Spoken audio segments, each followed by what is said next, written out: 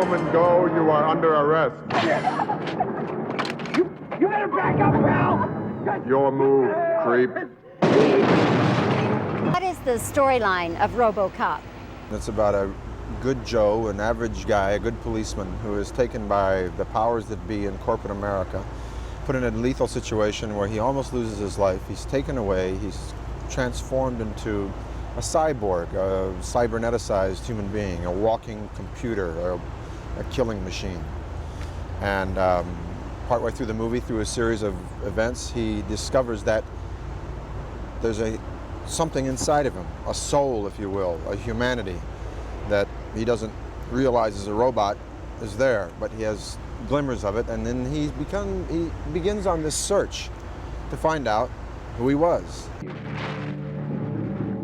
Robocop.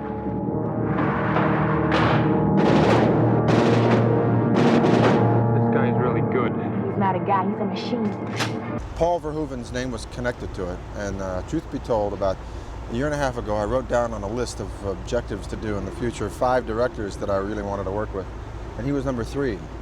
I was truly just taken and stunned by his work, and so when I heard his name connected with it, I said, you know, shouldn't be fooled here by this title, although the title sounds action-like and so forth. There's something else to this, because if Paul Verhoeven is doing it, you can bet there's some story about humanity in it.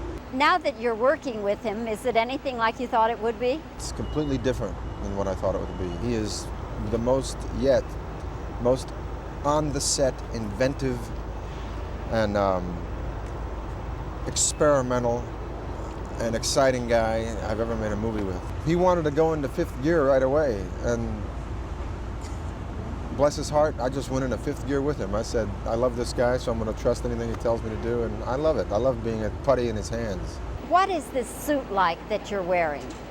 The suit, the body cast, I started with those 5 months prior to the beginning of the film. I had to go to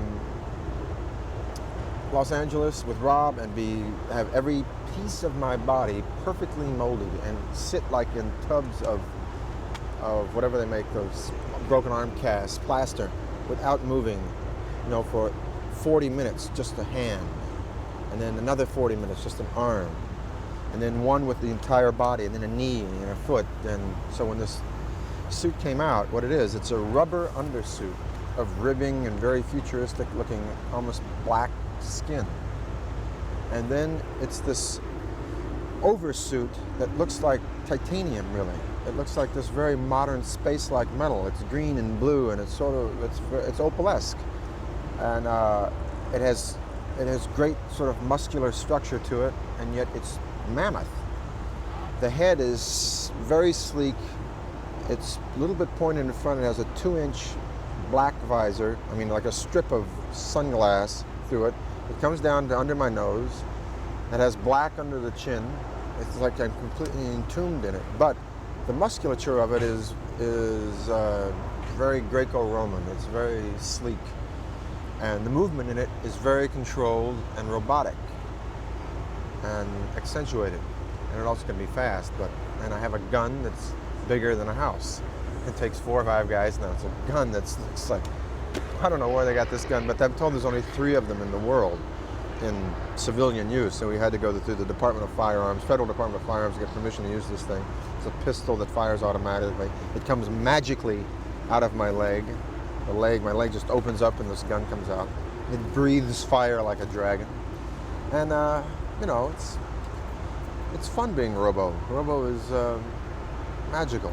So what is it you do as an actor when you're just waiting around for hours? What I do is I play the trumpet. Lo and behold, I go back to the instrument that took me to North Texas State in the first place, which was trumpet, and why I play jazz. I go into Winnebago, I put in some tapes, and I play the trumpet. You're gonna have to kill it. Get in the car, for God's sake!